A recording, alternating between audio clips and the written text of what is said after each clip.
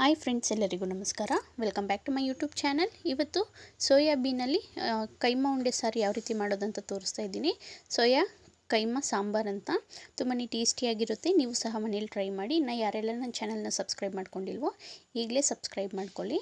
ಈಗ ಉರ್ಗಡ್ಲೆನ ಒಂದು ಅರ್ಧ ಕಪ್ಪಷ್ಟು ನಾನು ಚೆನ್ನಾಗಿ ಫೈನ್ ಪೌಡ್ರ್ ಮಾಡ್ಕೊಂಡಿದ್ದೆ. ಅದೊಂದು ಬಟ್ಲಿಗೆ ಹಾಕಿ ಇಟ್ಕೊಂಡಿದ್ದೀನಿ ನೋಡಿ ಒಂದು ಸೈಡಲ್ಲಿ.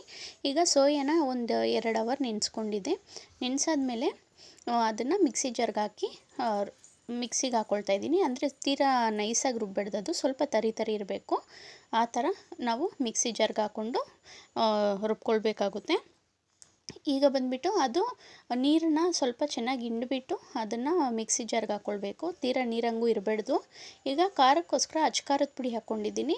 1/4 ಸ್ಪೂನಷ್ಟು ಗರಂ ಮಸಾಲ ಹಾಕ್ಕೊಂಡಿದ್ದೀನಿ. ರುಚಿಗೆ ತಕ್ಕದಷ್ಟು ಉಪ್ಪು ಹಾಕ್ಕೊಳ್ತಾ ಇದ್ದೀನಿ. ತುಂಬಾ ಟೇಸ್ಟಿಯಾಗಿರುತ್ತೆ ಫ್ರೆಂಡ್ಸ್ ಇದು. ನೀವೇನಾದರೂ ಮನೇಲಿ ಟ್ರೈ ಮಾಡಿದ್ರೆ ನಾನು ಕಮೆಂಟ್ ಮಾಡಿ ತಿಳಿಸಿ. ಒಂಚೂರು ಅರಿಶಿಣದ ಪುಡಿ ಹಾಕ್ಕೊಂಡಿದ್ದೀನಿ. ಈಗ ಸ್ವಲ್ಪ ಕಸ್ತೂರಿ ಮೇಥಿ ಹಾಕ್ಕೊಳ್ತಾ ಇದ್ದೀನಿ. ಕಸ್ತೂರಿ ಮೇಥಿ ನಿಮಗೆ ಆಪ್ಷನಲ್ಲು, ಬೇಕಾದರೆ ಆಗ್ಬೋದು, ಇಲ್ಲಾಂದರೆ ಸ್ಕಿಪ್ ಮಾಡ್ಬೋದು. ಕೊತ್ತಂಬರಿ ಸೊಪ್ಪು ಹಾಕ್ಕೊಂಡಿದ್ದೀನಿ. ಉರ್ಗಡ್ಲೆ ಪೌಡರು ಏನು ಮಾಡಿ ಇಟ್ಕೊಂಡಿದ್ವೋ ಅದನ್ನು ಒಂದು 3 ಸ್ಪೂನ್ ಹಾಕ್ಕೊಳ್ತಾ ಇದ್ದೀನಿ. ಉರ್ಗಡ್ಲೆ ಪೌಡ್ರ್ ಬಂದುಬಿಟ್ಟು ಚೆನ್ನಾಗಿ ಸಾಫ್ಟಾಗಿ ಆಗಿರಬೇಕು, ಫುಲ್ ಫೈನ್ ಪೌಡರ್ ಆಗಿರಬೇಕು, ತರಿ ಇರಬಾರ್ದು. ಈಗ ಅದನ್ನೆಲ್ಲ ಚೆನ್ನಾಗಿ ಮಿಕ್ಸ್ ಮಾಡ್ಕೊಂಡಿದ್ದೀನಿ. ಈಗ ಕೊನೆಯದಾಗಿ 2 ಸ್ಪೂನಷ್ಟು ಎಣ್ಣೆ ಹಾಕಿ ಮಿಕ್ಸ್ ಮಾಡ್ಕೊಳ್ತಾ ಇದ್ದೀನಿ. ಇಲ್ಲಿ ನೀರು ಯೂಸ್ ಮಾಡಬಾರ್ದು. ಸೋಯಾನಲ್ಲೇ ನಮಗೆ ನೀರಿನ ಅಂಶ ಇರುತ್ತಲ್ಲ, ಅದರಲ್ಲೇ ನಾವು ಮಿಕ್ಸ್ ಮಾಡಬೇಕು. ಸೊ ನೀರೇನು ಆ್ಯಡ್ ಮಾಡೋದು ಬೇಡ.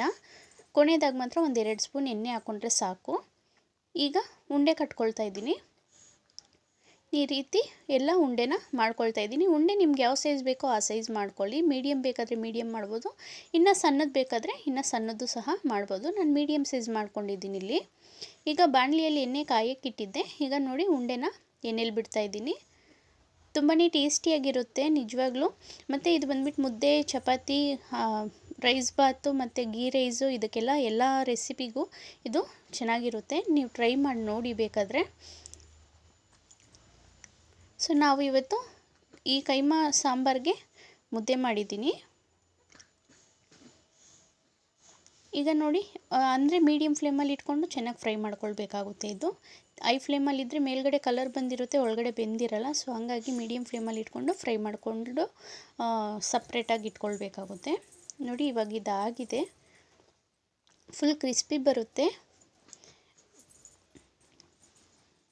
ಇದೇ ರೀತಿ ಎಲ್ಲ ಉಂಡೆನ ಫ್ರೈ ಮಾಡ್ಕೊಳ್ತಾ ಇದ್ದೀನಿ.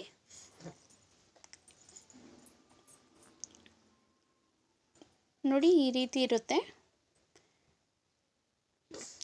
ಈಗ ಅದೇ ಎಣ್ಣೆಗೆ ಮತ್ತೆ ಇನ್ನು ಏನು ಉಂಡೆಗಳು ಐತೆ ಎಲ್ಲ ಫ್ರೈ ಮಾಡ್ಕೊಳ್ತಾ ಇದ್ದೀನಿ. ಈಗ ಸಾಂಬಾರು ಮಾಡೋದಕ್ಕೆ ಮಸಾಲ ರೆಸಿಪಿ. ಈಗ ಒಂದು ಬಾಣಲಿ ಇಟ್ಕೊಂಡಿದ್ದೀನಿ. ಅದಕ್ಕೊಂದು 2 ಸ್ಪೂನಷ್ಟು ಎಣ್ಣೆ ಹಾಕ್ಕೊಂಡಿದ್ದೀನಿ. ಒಂದು ಸಣ್ಣ ಪೀಸಷ್ಟು ಚಕ್ಕೆ ಹಾಕ್ಕೊಳ್ತಾ ಇದ್ದೀನಿ. ಈಗ ಒಂದು 4ರಿಂದ 5 ಲವಂಗ ಹಾಕ್ಕೊಳ್ತಾ ಇದ್ದೀನಿ. ಶುಂಠಿ ಒಂದು ಸ್ವಲ್ಪ ಹಾಕ್ಕೊಳ್ತಾ ಇದ್ದೀನಿ, ಒಂದು ಸಣ್ಣ ಪೀಸಷ್ಟು ಶುಂಠಿ. ಬೆಳ್ಳುಳ್ಳಿ ಒಂದು ಸ್ವಲ್ಪ, ಒಂದು 4 ಬ್ಯಾಡಗೆ ಮೆಣಸಿನ್ಕಾಯಿ ಹಾಕ್ಕೊಂಡಿದ್ದೀನಿ. ಒಂದು ಕೈ ಹಿಡಿಯಷ್ಟು ತೆಂಗಿನಕಾಯಿ ಹಾಕ್ಕೊಂಡಿದ್ದೀನಿ. ಈಗ ಇದನ್ನು ಚೆನ್ನಾಗಿ ಫ್ರೈ ಮಾಡ್ಕೊಳ್ತಾ ಇದ್ದೀನಿ. ಇದು ಸ್ವಲ್ಪ ಕಲರ್ ಚೇಂಜ್ ಆದಮೇಲೆ ನೋಡಿ ಈ ರೀತಿ ಚೆನ್ನಾಗಿ ಫ್ರೈ ಮಾಡ್ಕೊಳ್ತಾ ಇದ್ದೀನಿ. ಈಗ ಕಲರ್ ಚೇಂಜ್ ಆಗುತ್ತೆ ಸ್ವಲ್ಪ ತೆಂಗಿನಕಾಯಿದು. ಆವಾಗ ನಾವು ಒಂದು 2 ಟೊಮೆಟೊ ಆ್ಯಡ್ ಮಾಡ್ತಾಯಿದ್ದೀನಿ. ಹುಳಿ ಟೊಮೆಟೊ ಇದ್ದರೆ 2 ಹಾಕ್ಕೊಳ್ಳಿ ಸಾಕು. ಅಂದರೆ ಮೀಡಿಯಮ್ ಸೈಜ್ ಇದ್ದರೆ ಸಾಕು 2. ಸ್ವಲ್ಪ ಸಣ್ಣದಿದ್ದರೆ ಒಂದು 3 ಹಾಕ್ಕೊಳ್ಳಿ. ಈಗ ಒಂದು ಸ್ವಲ್ಪ ಕೊತ್ತಂಬರಿ ಸೊಪ್ಪು ಹಾಕ್ಕೊಂಡಿದ್ದೀನಿ. ಒಂದು ಸ್ವಲ್ಪ ಕಸ್ತೂರಿ ಮೇಥಿ ಹಾಕ್ಕೊಂಡಿದ್ದೀನಿ. ಕಸ್ತೂರಿ ಮೇಥಿ ಸಾಂಬಾರ್ಗೆ ಹಾಕೋದ್ರಿಂದ ತುಂಬಾ ಟೇಸ್ಟಿಯಾಗಿರುತ್ತೆ. ಸೊ ಹಂಗಾಗಿ ಕಸ್ತೂರಿ ಮೇಥಿ ಹಾಕ್ಕೊಂಡಿದ್ದೀನಿ. ಇದು ಆಪ್ಷನಲ್, ನಿಮಗೆ ಬೇಕಾದರೆ ಆ್ಯಡ್ ಮಾಡ್ಬೋದು, ಇಲ್ಲಾಂದರೆ ನೀವು ಸ್ಕಿಪ್ ಮಾಡ್ಬೋದು. ಸೊ ಇದೆಲ್ಲ ಹಾಕಿ ಚೆನ್ನಾಗಿ ಫ್ರೈ ಮಾಡ್ತಾಯಿದ್ದೀನಿ. ನಮಗೆ ಟೊಮೆಟೊ ಚೆನ್ನಾಗಿ ಸ್ಮ್ಯಾಶ್ ಆಗಿರೋದು ಗೊತ್ತಾಗುತ್ತಲ್ಲ, ಅಲ್ಲಿಗಂಟ ಫ್ರೈ ಮಾಡ್ಕೊಳ್ಬೇಕು.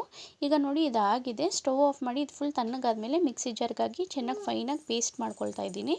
ಈಗ ಒಂದು ಪಾತ್ರೆಗೆ ಸಾಂಬಾರು ಯಾವ ರೀತಿ ಮಾಡೋದಂತ ತೋರಿಸ್ತಾ ಇದ್ದೀನಿ ನೋಡಿ. ಒಂದು ಪಾತ್ರೆಗೆ ಸ್ವಲ್ಪ ಎಣ್ಣೆ ಹಾಕ್ಕೊಂಡಿದ್ದೀನಿ. ಈಗ ಒಂದು ಮೀಡಿಯಮ್ ಸೈಜ್ ಈರುಳ್ಳಿ ಕಟ್ ಮಾಡಿ ಇಟ್ಕೊಂಡಿದ್ದೆ, ಅದನ್ನು ಹಾಕ್ಕೊಳ್ತಾ ಇದ್ದೀನಿ. ಈಗ ಇದು ಸ್ವಲ್ಪ ಚೆನ್ನಾಗಿ ಕಲರ್ ಚೇಂಜ್ ಆಗೋ ಗಂಟ ಫ್ರೈ ಮಾಡ್ಕೊಳ್ಬೇಕು. ಈಗ ನೋಡಿ ಇದಾಗಿದೆ. ಇದು ಸಾಂಬಾರ್ ಪೌಡರು ಅಂದರೆ ಇದು mutton sambar, chicken sambar, egg curry ಎಲ್ಲದಕ್ಕೂ ಇದೇ ಪೌಡ್ರ್ ಯೂಸ್ ಮಾಡೋದು, ಮನೇಲಿ ಮಾಡಿರೋದು. ಸೊ ಇದೊಂದು ಪೌಡ್ರ್ ಮಾಡಿ ಇಟ್ಕೊಂಡಿದ್ರೆ ಎಲ್ಲ ರೆಸಿಪಿಗೂ ನಾನು ಇದೇ ಆ್ಯಡ್ ಮಾಡೋದು. ನಿಮ್ಗೇನಾದರೂ ಈ ಪೌಡರ್ ರೆಸಿಪಿ ಬೇಕಾದರೆ ಕಮೆಂಟಲ್ಲಿ ತಿಳಿಸಿ, ನಾನು ಮಾಡಿ ರೆಸಿಪಿ ಹಾಕ್ತೀನಿ. ಮತ್ತು ಈಗ ರುಬ್ಕೊಂಡಿರೋಂಥ ಮಸಾಲೆ ಇದಕ್ಕೆ ಆ್ಯಡ್ ಮಾಡ್ಕೊಂಡಿದ್ದೀನಿ. ಆ ಪೌಡರ್ ಒಂದು ಅರ್ಧ ಸ್ಪೂನ್ ಹಾಕ್ಕೊಂಡು ಅಚ್ಕಾರದ ಪುಡಿ ಮತ್ತು ರುಚಿಗೆ ತಕ್ಕದಷ್ಟು ಉಪ್ಪು ಹಾಕ್ಕೊಂಡು ಮಿಕ್ಸ್ ಮಾಡ್ಕೊಂಡಿದ್ದೀನಿ. ಪೌಡ್ರು ತೆಂಗಿನಕಾಯಿ ಹೆಂಗೆ ಹಾಕ್ತಿರೋ ಅದ್ರ ಮೇಲೆ ಆಗುತ್ತೆ. ತೆಂಗಿನಕಾಯಿ ಜಾಸ್ತಿ ಆದರೆ ಗಟ್ಟಿ ಬಂದುಬಿಡುತ್ತೆ, ಸ್ವಲ್ಪ ಮೀಡಿಯಮ್ ಆಗಿದ್ದರೆ ಸಾಕು. ಸೊ ನಾನು ಹಾಕಿರೋ ತೆಂಗಿನಕಾಯಿಗೆ ನಾನೊಂದು ಅರ್ಧ ಚೊಂಬಷ್ಟು ನೀರು ಆ್ಯಡ್ ಮಾಡಿದ್ದೀನಿ ಸಾಕಂತ. ನೋಡಿ ಈ ರೀತಿ ಕುದಿ ಬಂದಮೇಲೆ ಕೈಮಾ ಫ್ರೈ ಮಾಡ್ಕೊಂಡಿರೋದನ್ನ ಸಿಮ್ಮಲ್ಲಿ ಇಟ್ಕೊಂಡು ಹಾಕ್ಕೊಳ್ಬೇಕು. ಹೈ ಫ್ಲೇಮ್ ಇರಬಾರ್ದು, ಸಿಮ್ಮಲ್ಲಿಟ್ಟು ಉಂಡೆ ಹಾಕಿ ತಟ್ಟೆ ಮುಚ್ಚಿ ಬಿಟ್ಬಿಡ್ತಾ ಇದ್ದೀನಿ. ಒಂದು 10ರಿಂದ 15 ನಿಮಿಷ ಬಿಡಬೇಕಾಗುತ್ತೆ. ನೋಡಿ ಕೈಮಾ ಎಲ್ಲೂ ನಿಮ್ಗೆ ಹೊಡೆದಿಲ್ಲ, ತುಂಬಾ ಟೇಸ್ಟಿಯಾಗಿರುತ್ತೆ. ಸೇಮ್ ನಿಮಗೆ ಮಟನ್ ಕೈಮಾ ಯಾವ ರೀತಿ ಇರುತ್ತೋ ಅದೇ ಥರ ಇರುತ್ತೆ. ನಿಮಗೆ ಈ ವಿಡಿಯೋ ಇಷ್ಟ ಆಗಿದ್ರೆ ಲೈಕ್ ಮಾಡಿ. Thank you for watching.